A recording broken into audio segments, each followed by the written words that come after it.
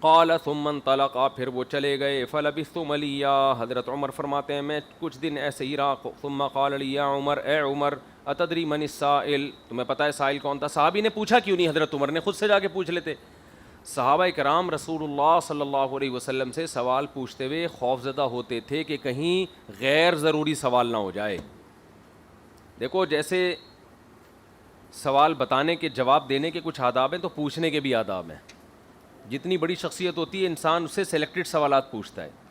آپ حدیث میں پڑھیں گے کہ ایک صحابی کہتے ہیں کہ ہم نبی صلی اللہ علیہ وسلم، ہم چاہتے تھے کہ آپ صلی اللہ علیہ وسلم کی محفل میں کوئی دیہاتی آ جائے، تو یہ دیہاتی لوگ جو ہے نا یہ ہر قسم کا سوال پوچھ لیتے ہیں، تو اس سے ہمیں بھی فائدہ ہوتا تھا، اور وہ ادب و آداب سے بھی واقف نہیں ہوتے، تو نبی ان کو تنبیہ بھی نہیں کرتے تھے بھئی یہ دیہاتی لوگ ہیں. تو صحابہ کرام نبی سے سوال پوچھنے سے پہلے سوچتے تھے کہ آج لوگ علماء سے کچھ بھی پوچھ رہے ہوتے ہیں، میری بیوی گھر سے بھاگ گئی کیسے آئے گی واپس، عجیب عجیب چیزیں پوچھ رہے ہوتے ہیں. بھائی سوچو پہلے کہ جو ماہر نفسیات کا مسئلہ ہے وہ علماء سے آپ پوچھ رہے ہو، جو حکیموں کی باتیں ہیں وہ کس سے پوچھ رہے ہو؟ علماء سے پوچھ رہے ہو. پیٹ کی درد ہے تو کس سے پوچھ رہے ہو؟ ایسے ایسے کیس صبح شام آ رہے ہیں، تو یہ غلط ہے نا.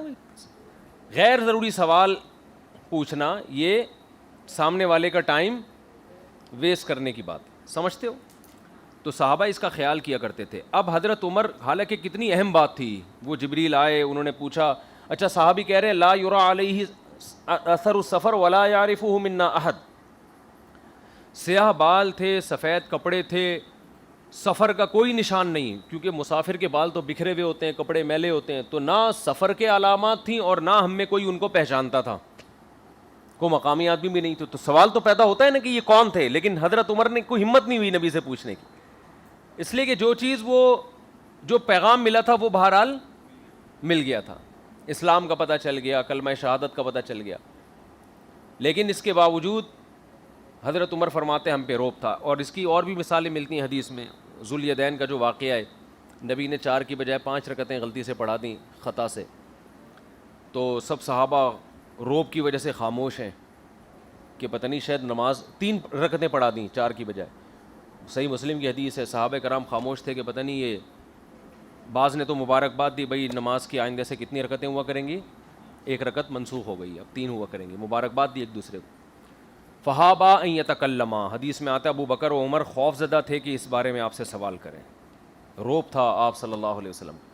تو ایک دیہاتی صحابی ہیں ذوالیدین، جن کے ہاتھ بہت لمبے تھے، ان کا نام ہی ذوالیدین. تو انہوں نے نبی سے پوچھا اقصرت الصلاۃ ام نسیت یا رسول اللہ، نماز میں کمی ہو گئی ہے یا آپ بھول گئے ہیں؟